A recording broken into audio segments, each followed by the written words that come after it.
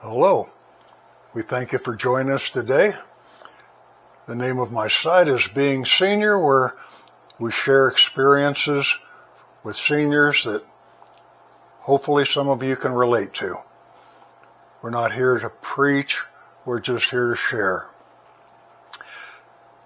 The title of today's video is What I Learned from My 5-pound, 20-year-old dog. And he has taught me a lot.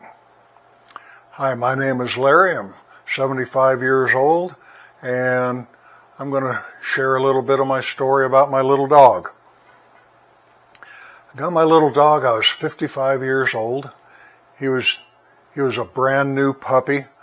He was so small, he didn't even fill up the palm of my hand. He was just as cute as he could be, and he hadn't even been weaned. I had to go to Phoenix to get him, and anyway, on the way home, he just jumped right out of that box that I picked him up on. He jumped on my shirt. He just would not let go. It was clear that he was going to bond with me immediately, and he did. I just enjoyed his puppyhood so much I can't even tell you about it. Well, about the time that I got him weaned, which it was a couple of weeks, and then it was time, I checked with the vet, and the vet said it's time for him to switch over to food. Well, problem is, Reagan he just did not want to eat food. He'd drink the formula, but he wasn't ready to eat. So we let that go on a little while longer, and then as he started to grow, he started to get thin, too thin. I could tell he wasn't gaining weight the way he should have. So I went back to the vet. The vet said, he said, some animals they have trouble converting over from the formula over to real food. So he sold me a case of this very expensive, high vitamin enriched food, and he told me I was going to have to feed him through a syringe until he started eating. And so went home, I would give him food and water through the syringe. I'd feed him twice a day, and after a month or so he still wasn't eating. So I went back and I asked the vet what's going on, and he said, some animals just don't make it. He said, I can't tell you if your dog's ever going to be able to eat. But he said, as long as you keep feeding him through a syringe, he'll be all right for a while. And sooner or later, you're going to have to decide how valuable your time is, and if he's worth the commitment to you to keep feeding him. So I continued to feed him by hand, and that went on for 2 full years. 365 days a year, I would get up in the morning, load up his syringe, feed him through the syringe. He wasn't drinking either. I'd give him water through the syringe. And after 2 years of doing that every single day, he finally took his first bite of food. Believe me, it was pretty much a religious experience for me. My little boy and I, we had bonded. Something about feeding him constantly every day for that amount of time. You kind of get a bond with an animal that's really hard to describe. And anyway, once he finally started eating, I was so happy. So anyway, he was a little over 2 years old by then, and we were on our way to what I was hoping was a wonderful life. Well, if you watched my last video that kind of explained my introduction into my senior years and the difficult times I went through during those senior years, through a massive stroke, through divorce, and then getting run over by a car on a bicycle, It was a tough time, but he's been here through the tough times every single day. And I was so thankful to have him. He was my emotional cushion. He was a very calming effect in my life through some very difficult times. And I've always appreciated his loyalty and his being there and the comfort he gave me through those trying years. And he's had a couple trying times in his life. When he was young, I was having a barbecue one time. We were having pork chops. I told everybody, whatever you do, don't give the dog any pork chops or bones or anything. Somebody did it anyway.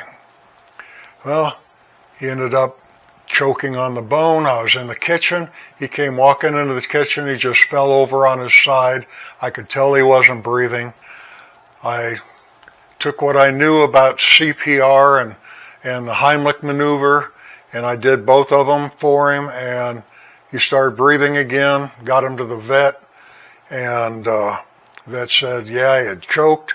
He had some damage to his throat, and that one visit cost me $1,000. It was unbelievable. You know, you beg these people not to, they're your friends, and you beg them not to do something, but it seems like not everybody's going to listen to what you've got to say. But anyway, we got through that crisis, and he started doing well. And anyway, he was pretty good until he was about 15. He started developing a problem with one leg, and by the time he was 15, the surgery needed on that leg to repair it, he was too old. They wouldn't do a 15-year-old dog, they're just not going to put under anesthesia and do that to. And I just wasn't ready to give him up.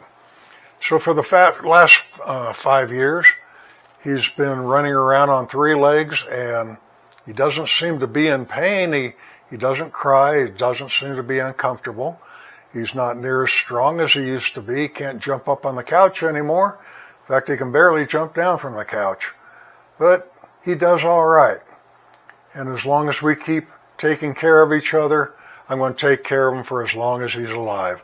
So dedicated to him. So what is it I've learned from my dog? Well, every single morning we get up. He sleeps in a bed right next to my bed. We get up and I walk for that bedroom door and get ready to open it. He'll jump out of his bed and he'll run over to the door, and he will just be sitting there. His little legs will be jumping up and down, and he's in high-speed idle just waiting for me to open that door so he can run out and he can face his day. He is so excited about every single day and getting up, and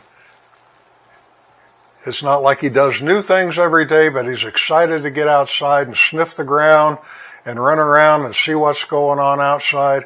And he's so excited and enthusiastic.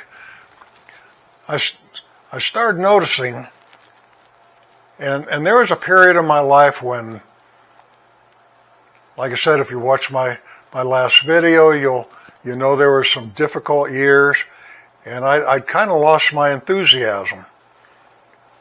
And then once I started focusing on what he was doing, I thought, well, maybe I can apply that to my life. So I started getting up, and I found myself, even though it was forced at first, being more enthusiastic for life every day.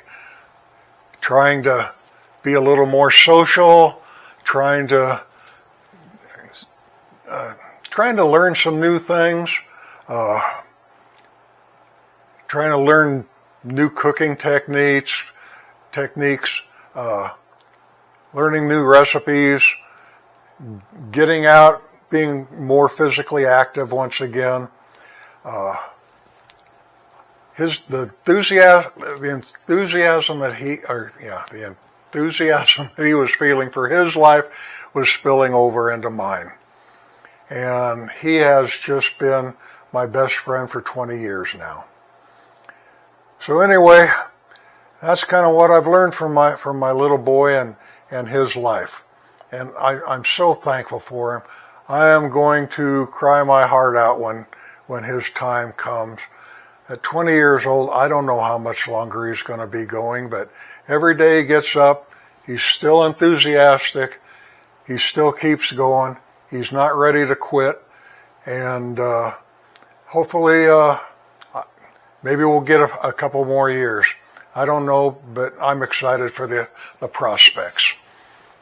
So anyway, I hope this has been a positive message to you. And anyway, we thank you for being here. If you'd like to like this video, it would be great for me if you push the like button. Thank you so much for visiting us today, and we'll see you next time around. So thank you for being here.